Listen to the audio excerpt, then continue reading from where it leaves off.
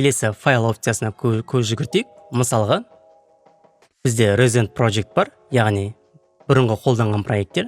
Мысалы, екінші проектке кіріп көруге болады бағана біз жұмыс істеген. Қайдадан үшінші проект кіруге болады?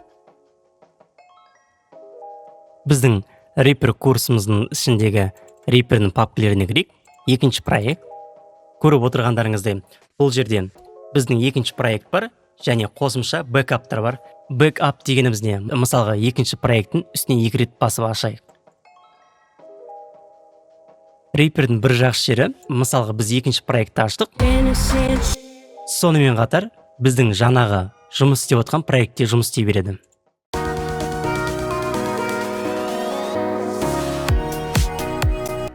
Және де қосымша тағы да көптеген New Project Tab арқылы проекттер ашуыңызға болады. Мыңдаған, жүздеген. Тек сіздің компьютеріңіздің күші жетсе болды. Мысалға, осы проекттегі вокалдың эффекттерін осы проектке әкелуге болады. Ctrl-C, Ctrl-V. Немесе дауыстармен алып келуге болады бірге. Ctrl-C, Ctrl-V. Түсті. Барлық эффекттер бір-бірімен түседі. Барлық эффекттер, барлық айтымдар осы темптің BPM 118 болса, ал сіздің көшіретін проекттің BPM 128 болса, осы жердегі 118-дегі барлық айтымдар, медиалер, эффекттер 128 болып түседі.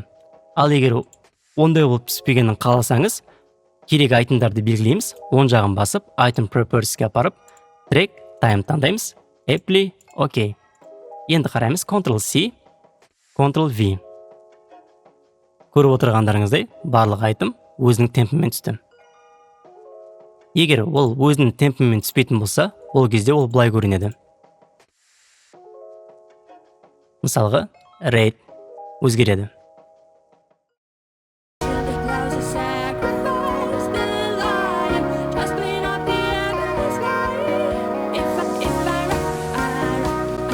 Яғни біздің 118-ші темптегі айтым 128 болып автоматтық түрде өзгереді. Қызыққа осы айтымды осы жерге қолданып көрейік.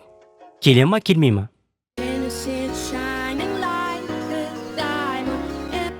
Тональность дұрыс емес. Тональностьті өзгертіп көрейік. Бізде проекттің тональностьті ре диез минор, ал бұның тональностьті до минор. Яғни 1, 2, 3. 3 рет басамыз, shift плюс 0.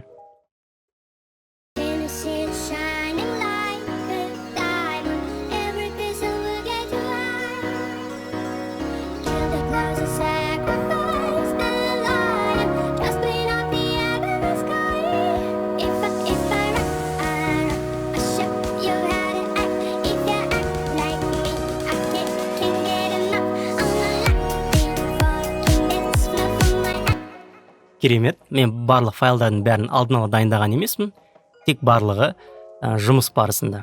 Қалған вкладкілерді өшірейік.